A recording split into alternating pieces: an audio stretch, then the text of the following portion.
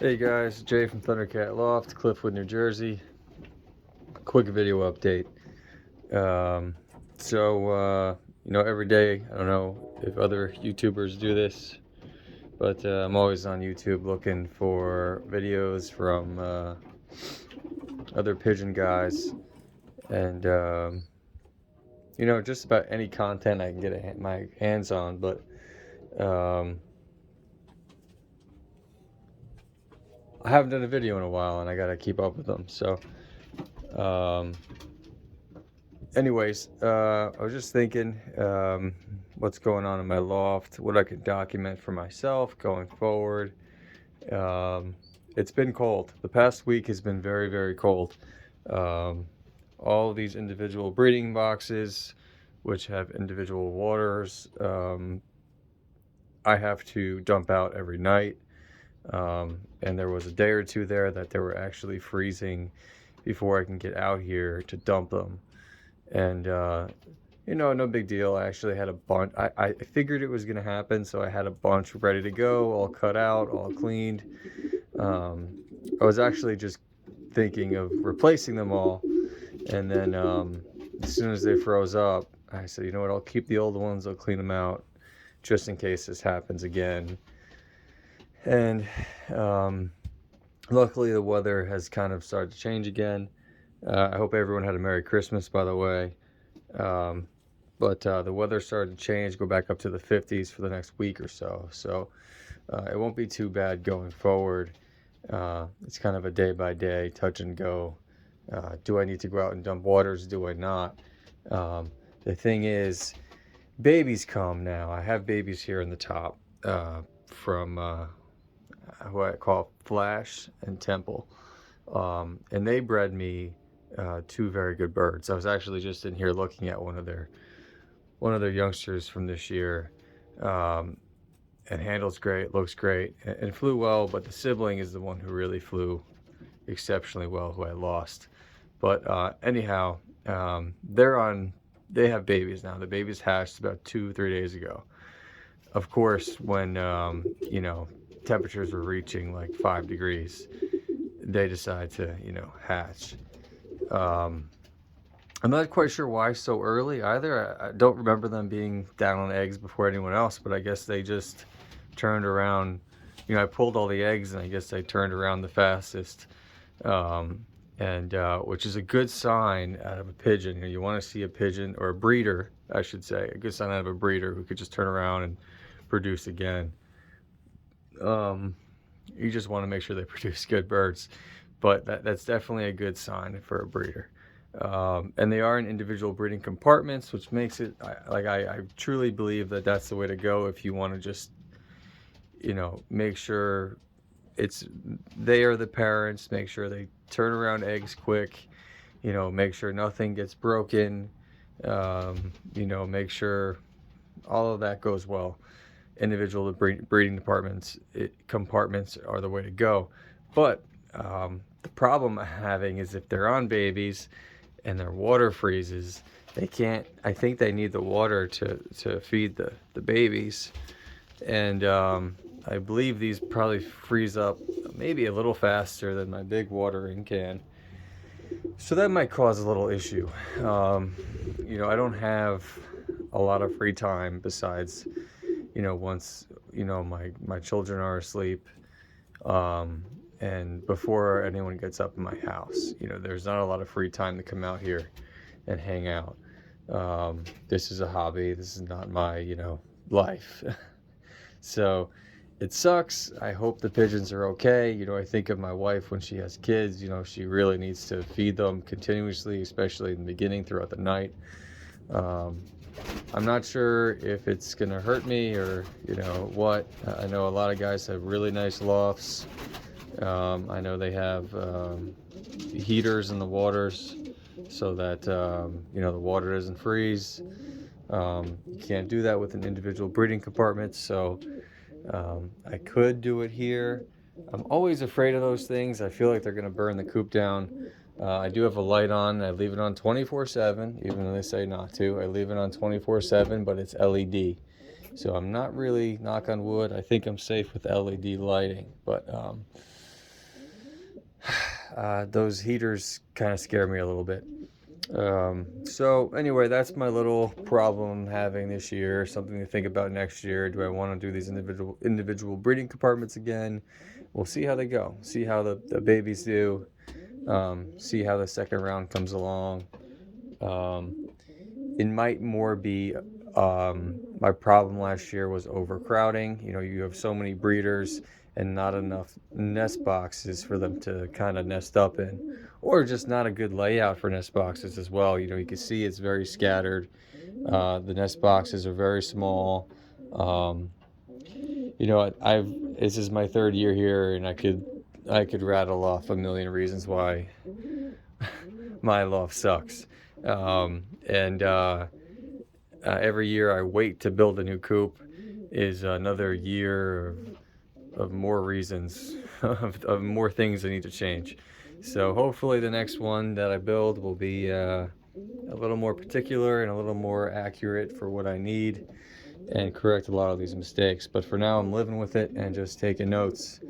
Um, I don't know about you guys. Another thing going on is constantly on iPigeon and bestpigeon.com, Frank McLaughlin's website with auctions.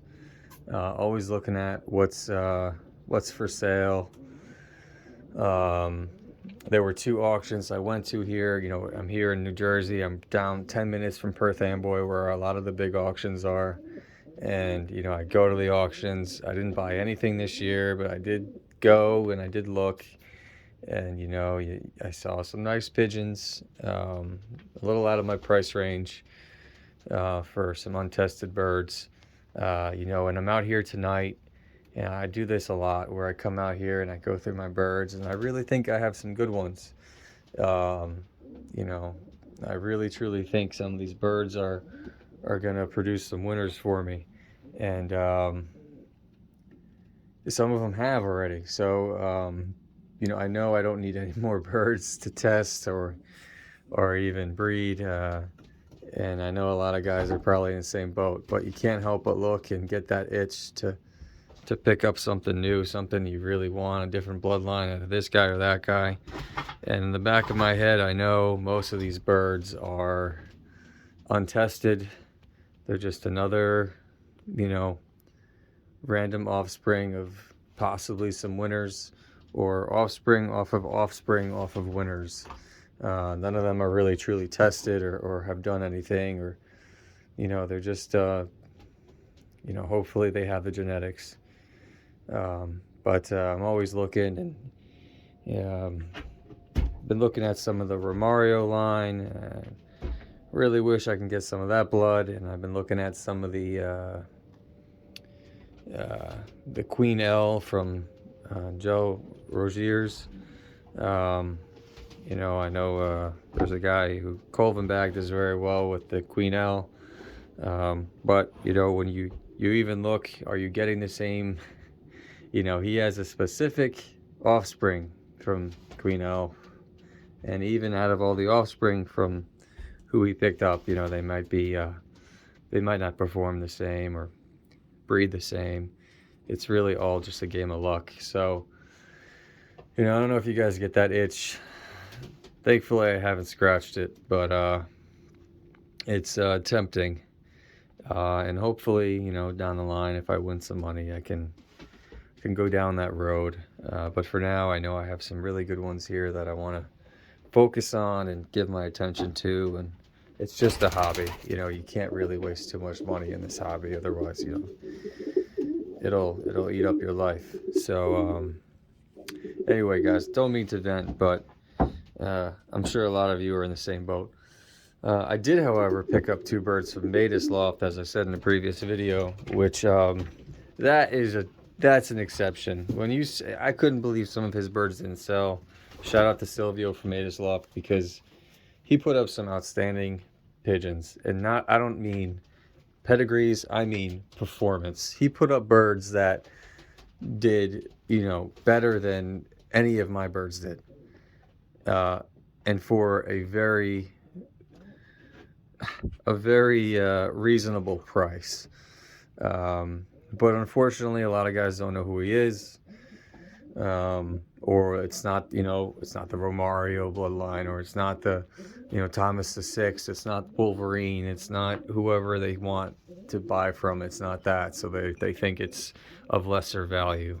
But I'll tell you what, if you do well in the CJC, that means a hell of a lot more than any of these guys out there in One Love Racing, because the competition is fierce in the CJC.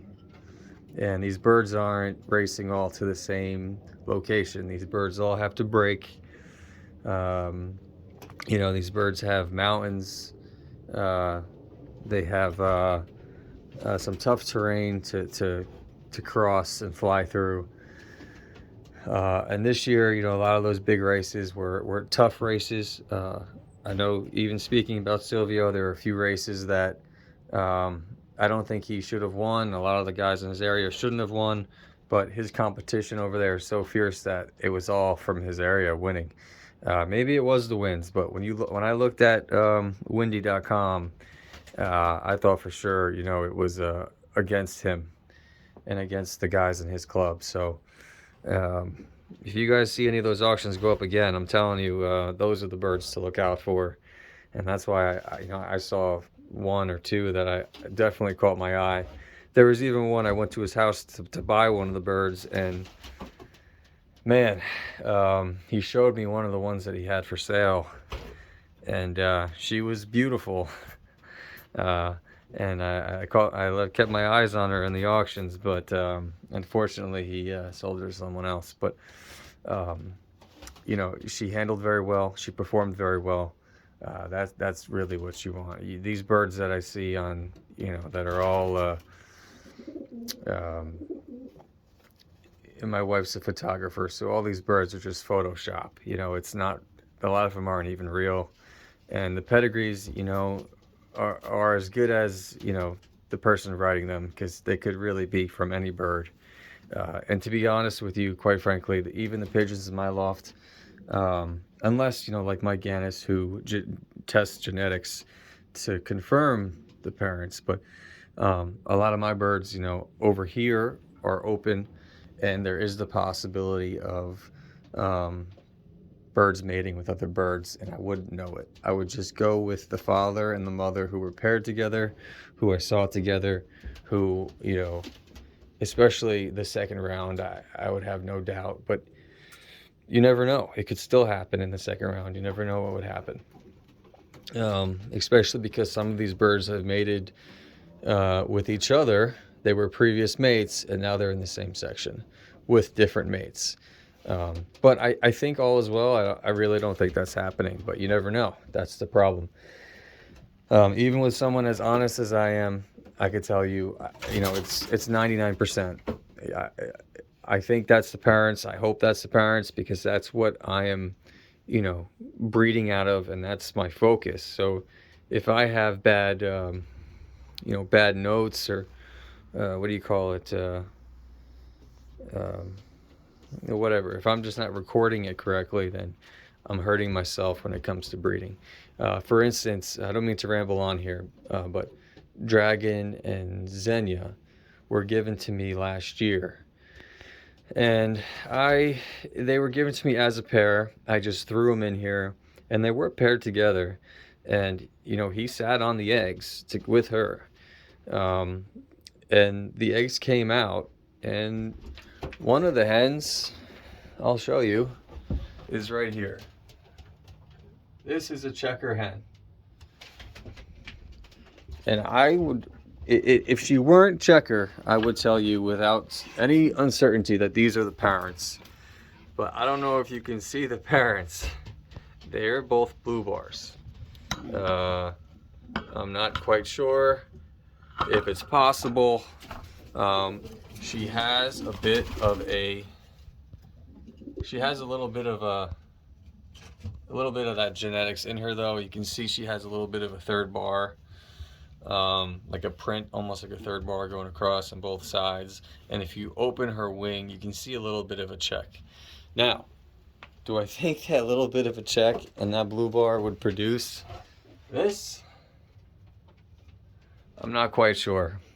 But I do know that I have a cock in here who does like to come on to a lot of the ladies. And I wouldn't be surprised if he was the father. He was also the father of the first bird home in the PAOF. So the first bird and the third bird of the PAOF may have had the same father. I can't say it for certain. It's a possibility. I'm hoping these were the parents, but you never know, guys. Anyway, I don't mean to ramble on. You can see I put some cardboard up in the aviaries when I came out here tonight. I did go ahead and dump all these out. Of course, they gotta go and shit inside the one, so I gotta go bring that in, and I might just throw that away and bring out a new one in the morning. I'll be out here at 6:30 a.m. when it's about 24 degrees out.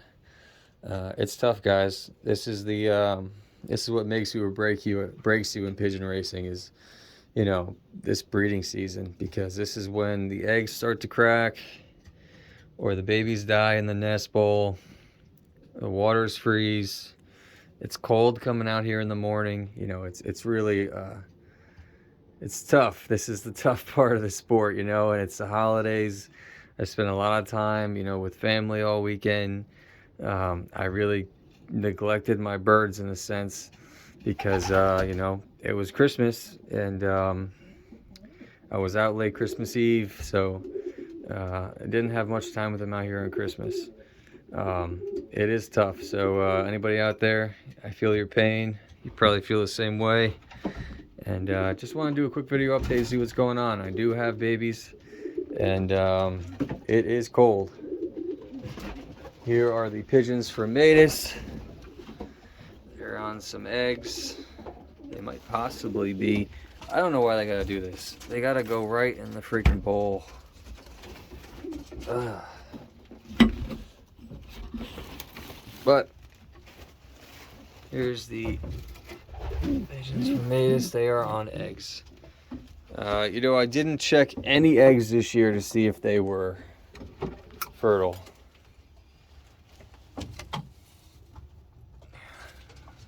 No babies yet over here. I swear I didn't think it would be this early, but you never know. I guess I just miscounted. I do have plenty of time to get bands next Saturday, I think. I'm getting bands, or next Sunday. So I'll have bands in 4 days, and I'll be set to go, guys. Anyway, that's it. There's a nice little splash I could show you. This is a new addition. She's pretty. I don't think she handles all that fantastic, but I love the white on the back, the white flight, the splash. Really nice. So far, she's a great mother too, so doing well. Anyway, guys, I said I'd make it a quick one. I'm going to end it here. Thanks for watching. I'll try to keep the videos coming. See you in the next one.